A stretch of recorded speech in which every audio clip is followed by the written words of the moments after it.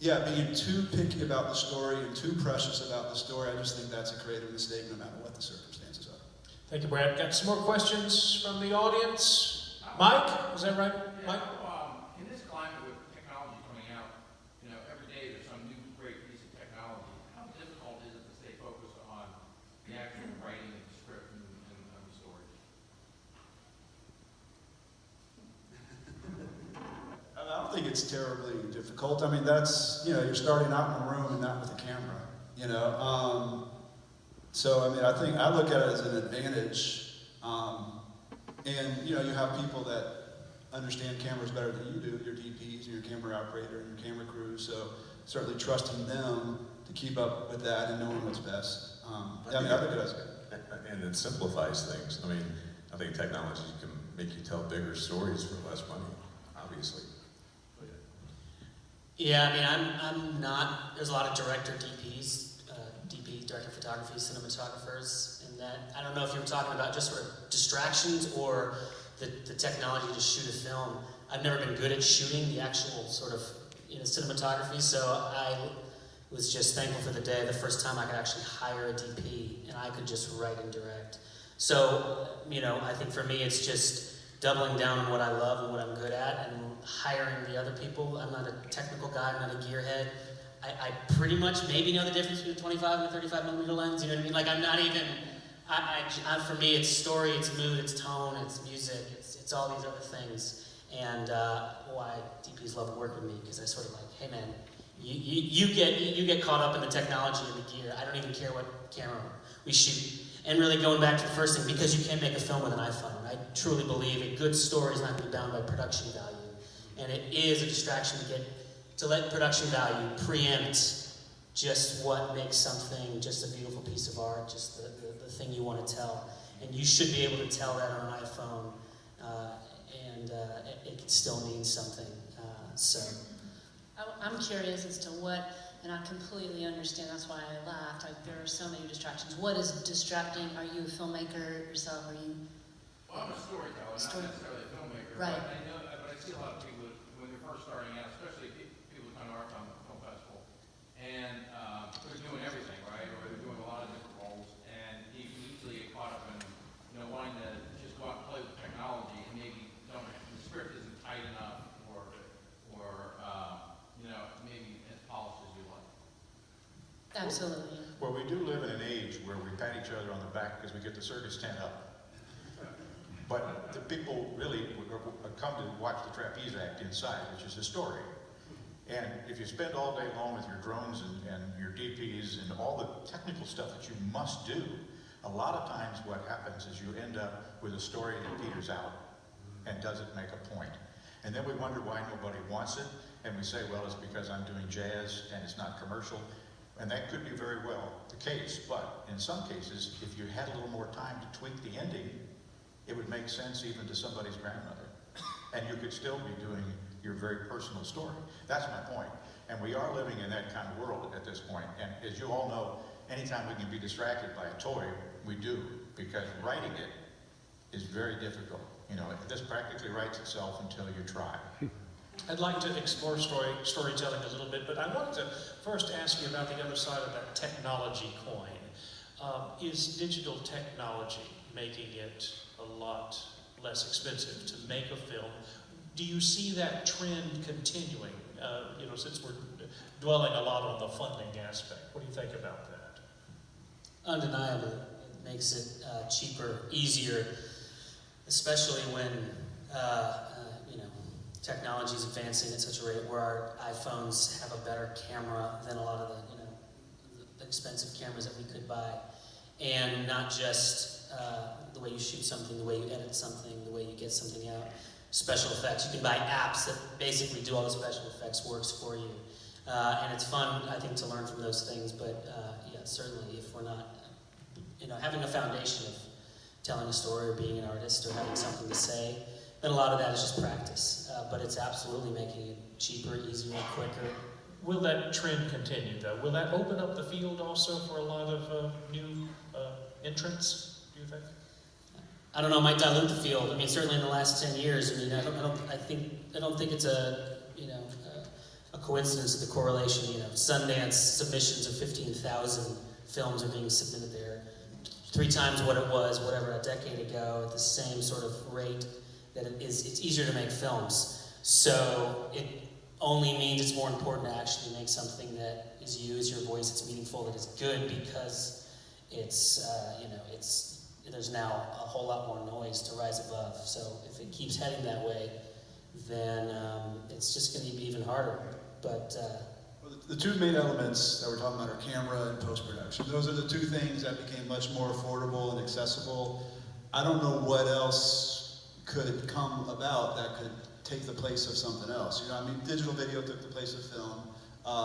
Digital editing took the place of exhibition, I guess. Yeah, I don't think you're ever going to replace composers. You're never going to replace actors. I think that's what I'm wondering. Are we petering out? Have we sort of, in terms of technology? That doesn't mean cameras aren't going to keep advancing, but you're still going to have this base process that you have to deal with. Yeah. Great, thank you. So, some more questions from the audience, please. Do we have some more questions? Yes, sir, back here. So I just moved from California, and I'm a filmmaker, and so we had a film commissioner. I could go to the local film commissioner, find out all the locations where people said, hey, we can shoot here, here's where we can get talent from. Is there a person here that has all that, kind of the black book of the industry locally?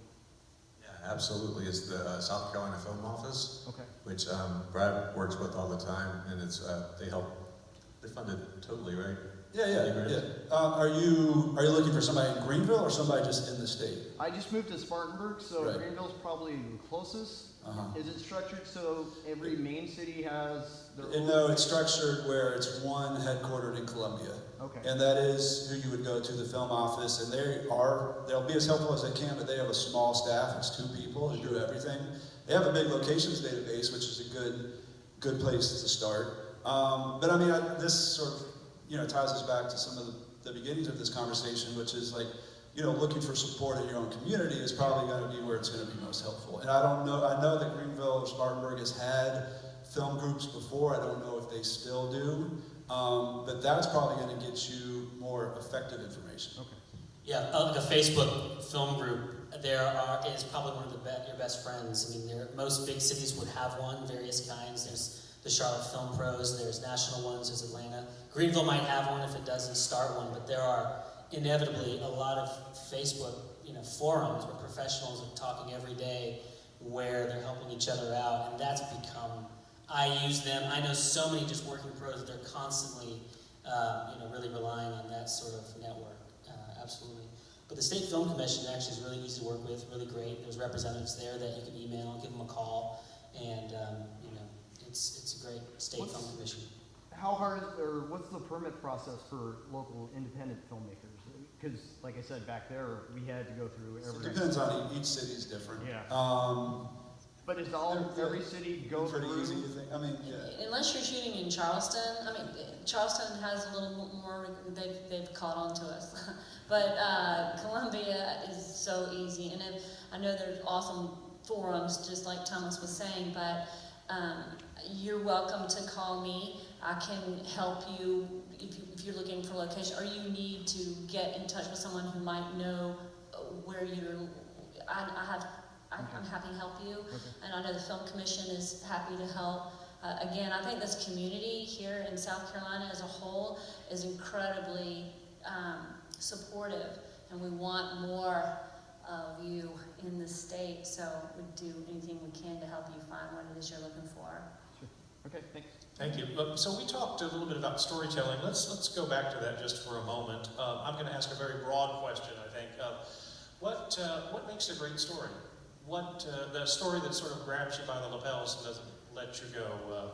Really compelling content. If you want to deal with what makes a story fall flat, perhaps that's a way to answer that question as well. Anybody, please. Well, I think it's pretty optimistic because what I have to tell you, storytelling is a craft. You don't have to be all that great at it. It's like learning how to turn the double play. If you're a shortstop and you keep practicing and practicing and practicing, you'll figure out how to do it. you know, Hollywood would have you believe you just have to stare out the window at the Blue Ridge and you go, here's my inspiration and it's going to be wonderful. But everybody on this panel will tell you that it's all about figuring out which building blocks you have and which one comes first and which one comes second and which one comes third. I have a little mantra that I've used for years on all kinds of movies and long form, short form. The first one is, hey, you get their attention. Whatever you think you've shot or you want to do, put that first. Get their attention. Now that seems pretty obvious, but the next thing is not so obvious. It's, hey, you. This film is about you. It might be shot here in Greenville, but if you have a grandmother in Topeka, Kansas, this is why she cares about it. In other words, like politics is all local, all communications is personal. So if you want to broaden out your audience a little bit, keeping your art, but broaden it out, try to find the hooks, the emotional hooks. So it's, hey, you. The middle part is see. I figured out how to connect the seemingly unconnected, because many people will already think they know the story you're going to tell. And my definition of a great storyteller is someone who shows you something you might have missed even standing next to him. And then I always ask at the end, so, hey, you, see, so. So why should anybody care about your movie? What's the point? Not what your movie's about, but what's the point you're trying to make? And you build to that point, and then you get off the stage. Hey, you see so. Hey, you see so. So whether it was a 59-second news story or a 2-minute long or a 2-hour long documentary, I always ask myself, have I found my hey? And it may not just be somebody getting out of bed if you're going to do a day in the life of. It might be something that happened at 4 o'clock in the afternoon, but it was the thing that grabbed you emotionally as a filmmaker, and you say, okay, I'm going to stick that first, and then backfill it to the end. So that's the kind of thing that will help you figure out how to do the craft of building your script, whether it's fiction or nonfiction, it doesn't make any difference. Some others like to comment on that? Creating a great story? Yeah, I think it does depend on the format you're working in, whether it's scripted or unscripted. I focus on scripted and even feature scripted, which is a different format than shorts, and it's a different format than television. It's feature, narrative film is sort of my love and draw. And I do, and I, as a writer, I'm a big theme guy. Not every writers are really drawn by theme, but theme is everything to me. It's the guiding light, and it's the thing the film says. The plot is the mechanics. You have a widower who's trying to get over the grief of his wife, and someone enters his life, and there's the plot is what happens ultimately to arrive at the theme, which is a meditation on grief, right? So for me, it's finding the one thing I want to explore. Often it's something I'm wrestling with, I'm thinking about, and I want to explore that one thing. And the story and the characters is all of just a means to explore that. And I think the other important part as we're creating stories, even if we're drawn by theme or character or story or not, we can be drawn by plot only. That's an option. But whatever we are, I think we need to have a voice, and it's important if you are filmmakers out there to have a voice, have something to say, have a distinct way to say it. Otherwise, it's really the only way to really stand out above the noise, if you have something compelling and a way to say it. So just find a voice, have a voice, and you can, screw up 10, 20, 30 times making bad films, trying to find your voice until you find it, and that's why we make so many. I've made a ton, and most of them a lot of them are garbage, so. Thank you, Thomas. Anyone else? No, I think those are both great descriptions and points, and just to tag on to it, I mean, it's hard to make a good story in a film. I mean, there's a lot of elements to it. Once you've got it in the can, you're committed to it. It's not like a painting where you can go back and revise. It's not like a script where you can go back and revise. So, so much of it takes practice and recognizing what is working and what isn't. I mean, even the greatest filmmakers of all time still aren't making perfect movies. They're still learning too. So it just goes back to the whole idea of getting out there and making stuff and practicing and how important that is. And having high standards for yourself and not being happy with it and recognizing your mistakes and learning from them. And to get to that point where you're telling a good story. Great, thanks so much. So we're getting around to almost an hour here. I'd like to ask if there are a few more questions. I am going to ask you, one of the panelists just want you to think about this. What didn't I ask you that you wanted to talk about today? So be thinking about that as I take a few more questions. Yes, ma'am. On the topic of what makes a great story, I'd love to hear from Brad about the immigrant's point of That's a great question, because I mean, I want to make it clear for anybody interested in indie grants that there's no sort of pegging of this type of stories we want. We like all types of stories. We have 3 evaluators from the industry that score the scripts each year that are submitted. We actually change those every year because there's just naturally some element of subjectivity to it.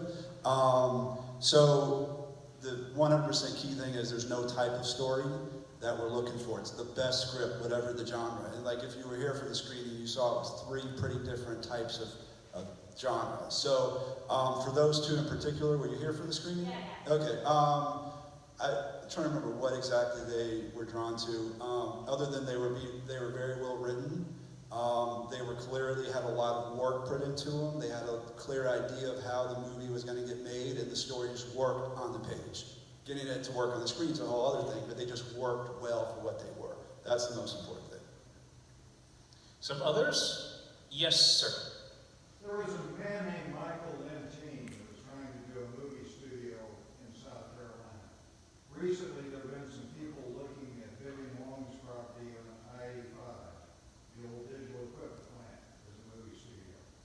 Do you think it's essential for the movie industry in South Carolina to have a studio here?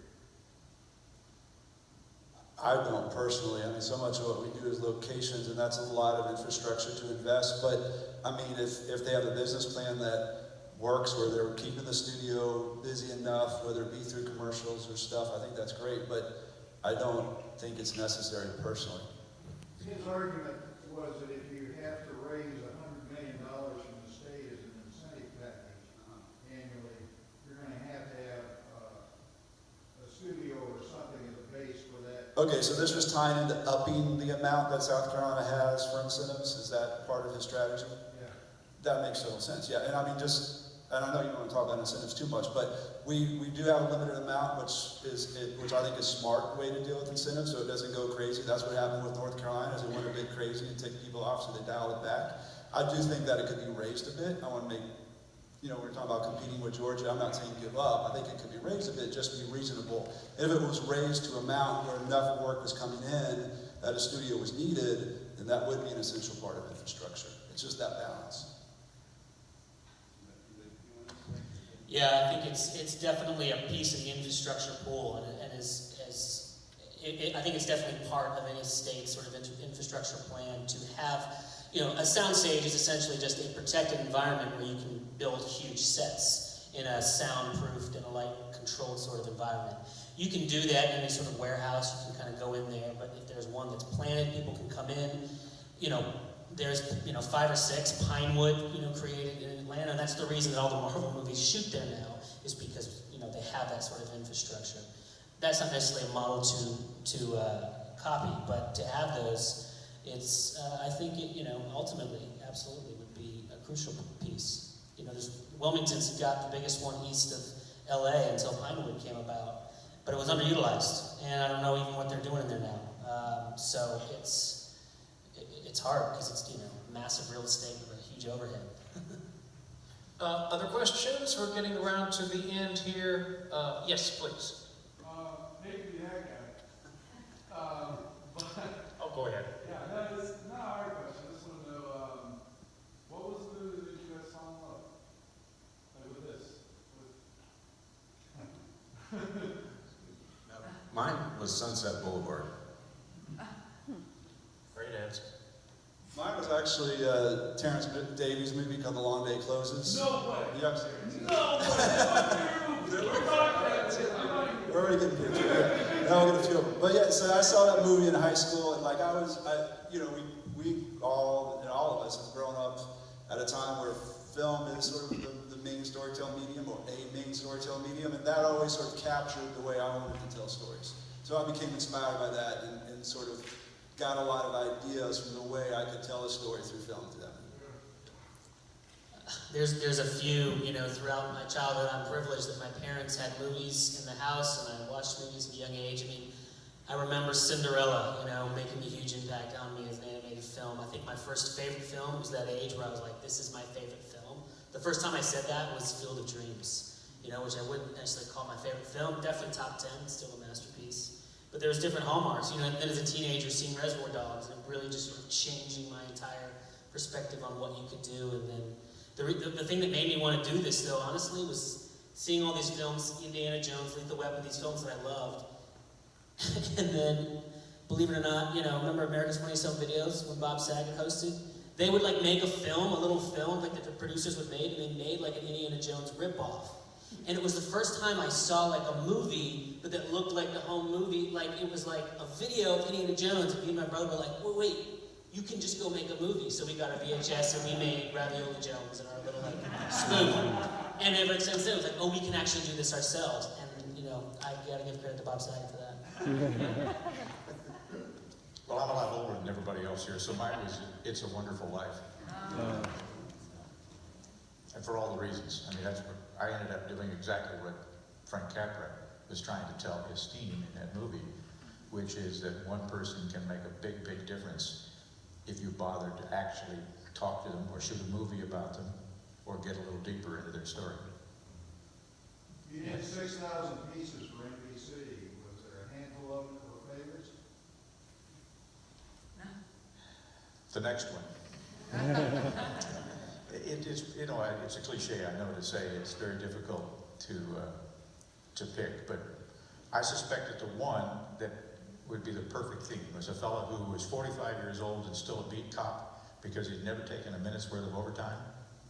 And it took me almost 6 months to convince him to let me do a story on him. And I found out what he was doing for the 8 hours after he got off of the cop shop. And that was, he was stationed at Philadelphia Children's Hospital, and he was asking all these little kids what they'd like to do. And one of them said, well, I'd like to have a snowball fight. So he asked the doctor if he could go out and throw snowballs. Somebody else wanted to meet Batman, so he went found some guy that looked like Adam West in his neighborhood, you know, and brought him in. And inch by inch, he was able to do all of the wishes that these little kids had. And not just for the little boy or girl who was sick, but their family, so they have some memory besides just going to the hospital. Well, he was the inspiration for Make-A-Wish. And we went with a little girl, the first child he ever took to Disney World, and she was 4 years old, and we put a microphone inside of her purse and let her climb all over the camera on the flight down so she wasn't worried about the camera. She really wanted to meet Minnie Mouse, that was her dream. And we shot it, and of course Minnie came out at the wrong time. We ended up having to go into the lagoon 6 feet under the water to shoot it. We got the moment. When we were back editing it, and the editor said, listen to this, and he cranked up the audio. The little purse with the wireless was between the little girl and Minnie Mouse. And so even though this piece could only run 4 minutes, we spent about 16 seconds with just the heartbeat when it finally hit. The difficult part about being the story was that the little girl was going to watch, and the idea is that he takes these children out before they die. And so how do you say that without saying it? Well, we did. And the cool thing about it was that this little girl ended up in remission with her leukemia, and her mother, she brought back her daughter, who was the same age, and met Bill many, many years later, and we were able to do a follow-up story. So that's the kind of life I've had, so that's why It's a Wonderful Life is a great thing. Wow, thank you, Bob. Laurie, I don't think you got to mention the film that brought you into filming. It wasn't a film, that's why I'm saying. I worked in the commercial industry in Philadelphia, and so when I was writing commercials and got to be backstage and see a commercial being produced, and so it was for Blue Cross Blue Shield, and I was fortunate. And when I saw the actors, when I saw how everything was coming together, that for me was, I've got to do this. I've got to be a part of the production industry, so it's not nearly as It's not the sexy. Siamese twin story? The Siamese twin story, that was, we're not going there. But, so it was really being on a commercial set. Great, thank you. A film that brought me into, well, I'm not into filmmaking, it made me a film fanatic, I think, was David Lynch's Elephant Man. Not so much Eraserhead. But at any rate, I've got time for very quick questions and very quick answers. Any more very quick questions? Way up there. Yes? Yeah, I have questions for the lady in the middle there. I'm curious what word of encouragement or advice you can give to women who are interested in being filmmakers or writers or directors. They can't help but notice that you're the only woman there sitting up, I would say, 2 men. Thank you. Appreciate that question. now is an awesome time for you. It is so, they're looking for you, they're waiting for you. All the time I get, people ask me, is it difficult for women to produce, direct, and write films? And I know there are challenges to that. However, I also know people are looking, and they want to have more diversity in the film industry. I think this state does as well. And so I can't see you. I know you're in this general vicinity up there, but I think a lot of it is not being afraid to reach out and not being afraid to call me, contact me. I will help put you in the right direction for some folks I know who are looking for women who create content. And don't give up. I know surely if you're in this industry, you're a resilient woman. And truly, I think it's a good time. Now is a good time. Is that there's a rumble out there. And also the Indie Grants this year. Brad, tell them about. Yeah. Yeah, the more voices you have, the more powerful the story and the program are. And so this year, one of the films that were selected is a movie called Graceland. That's written and directed by a female filmmaker from Columbia, and she comes with a creative team of 2 actresses that they all grew up together in Columbia and met doing local theater, and that's a very powerful backstory, and the movie's going to be great. They're super talented, and we're excited as heck that we can support them. And we're also, just since it's mentioned, this year we started the Wide Angle Project. I don't know if you guys heard of it, but it's a diversity inclusion effort with Effie Brown. Effie's the producer of Dear White People. She was on Project Greenlight. And that's an ongoing production lab for African American filmmakers. It's about 60% are female African American filmmakers, and we're actually going to be doing a phase 2 next year, which is all different types of backgrounds in the same sort of production lab. So those are opportunities for people too that are out there. And you can find out all about all those things at indiegrants.org. And one other note, I'm working with some larger corporations that really want me to search out and find women directors and women DPs. And so I know that the industry, the commercial industry is they're looking.